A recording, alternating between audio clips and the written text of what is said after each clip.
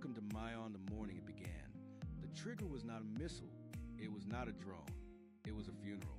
40 days earlier, Iranian security forces had opened fire on protesters in the streets of Tehran, Shiraz, and Isfahan. The demonstrations had started over the collapse of Rio, then mutated into something the regime feared far more than any foreign carrier group. Its own people chanting for its end. Now, 40 days later, mourners gathered at Biahishi Zahara Cemetery in the capital. In Shia tradition, the 40th day marks the soul's final departure. But for the Islamic Revolutionary Guard Corps, the 40th day marks something else entirely. Intelligence intercepts picked up a surge in encrypted communications between IRGC Naval Command at Bandar Abbas and forward operating bases scattered across the islands of Abu Musa, Greater Tun, Yas, and Lesser Tun. The pattern was unmistakable. The chatter was not about crowd control. It was about the water. 800 miles to the south and east, the USS Gerald R. 4 was completing its transit toward the Arabian Sea, the most expensive warship ever built, a 100,000 tons of American nuclear power projection, was steaming with its strike group through waters that had not seen a dual carrier presence since the summer of Operation Midnight Hammer. Abraham Lincoln was already on station. The Ford was a hammer being raised, and Tira knew. In the hours before dawn, as the Ford and its escorts entered the narrow approaches of Gulf of Oman, the IRGC made its move, not with ballistic missiles, not with drones. Something far older, far cheaper, and in these waters potentially far more dangerous, E-45 fast attack boats surged from concealed positions along the Iranian coastline, from behind island coves, from the shadows of commercial shipping anchored in nearby lanes. They did not announce themselves. They did not respond to bridge-to-bridge radio calls. They simply appeared, a constellation of radar contacts multiplying across the screens of every ship in the strike group in under 90 seconds. Before we go further, consider where this is happening.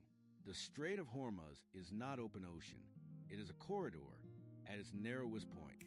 It is just 21 miles across. The navigable shipping channels compress that further. 2 miles wide for inbound traffic, 2 miles wide for outbound, separated by a 2-mile buffer zone. For a carrier strike group, this is not a transit. It is a threading.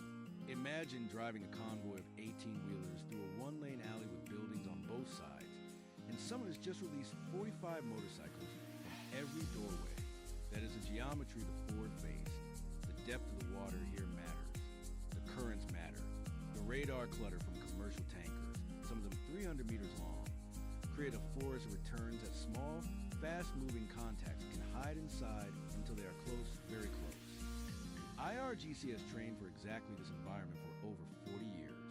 Every island, every cove, every tidal pattern, this is their home water. And they had been rehearsing this exact scenario just days earlier in a live fire drill they called Smart Control for the Strait of Hormuz. That was not a name chosen for bureaucratic convenience. IT was a statement of intent. Now, to understand what 45 fast attack boats mean in this context, you need to understand Iranian naval doctrine. This is not a conventional navy trying to match the United States ship for ship. The IRGC Navy, distinct from Iran's regular navy, operates on a philosophy of asymmetric saturation. The logic is borrowed from a street fight, not a chess match. If you cannot overpower the biggest opponent in the room, you do not try. You send enough people at them from enough directions that their strength becomes irrelevant. You overwhelm their ability to choose a target. In the legendary Millennium Challenge war game of 2002, retired Marine Lieutenant General Paul Van Riper did exactly this. Playing the red team, widely understood to represent Iran, he coordinated swarms of small boats and cruise missiles without using detectable radio traffic. He sank 16 major warships, including an aircraft carrier, in minutes. The exercise was so devastating that the Pentagon paused it and reset the simulation. The lesson was supposed to be learned 24 years later. The question is whether it was. The boats themselves are not toys. The IRGC operates variants, including the Ashura class, capable of speeds exceeding 65 knots. The more advanced Hader class reportedly reaches speeds that would make it one of the fastest military vessels on water. Some carry NASA-1 anti-ship cruise missiles, small, fast, and designed to punch through a ship's hull at sea skimming altitude. Others carry unguided 107mm rockets at close range, and in Hormuz, everything is close range. Even unguided rockets fired in volume can strip radar antennas and flight deck equipment from a carrier's superstructure. Still others are rigged as floating bombs packed with explosives and guided by operators who may or may not intend combat. The cost of a single fast attack boat is measured in tens of thousands of dollars. The cost of the USS Gerald R Ford, including its air wing, exceeds $13 billion. The math of asymmetric warfare is not complicated. It is terrifying. Here is what the first 60 seconds looked like from the combat direction center aboard the Ford. The initial contacts appeared in clusters, groups of 3 and 5, emerging from behind the radar shadows of anchored tankers and the islands to the north. Within 30 seconds, the clusters had multiplied. The tactical display designed to track dozens of contacts simultaneously was filling faster than watch officers could classify them. Bridge-to-bridge radio warnings went out on international maritime frequencies. No response. The boats were running without transponders, without navigation lights, and at speeds that eliminated any ambiguity about their intent. At 50 knots, a fast attack boat covers a nautical mile in slightly over a minute.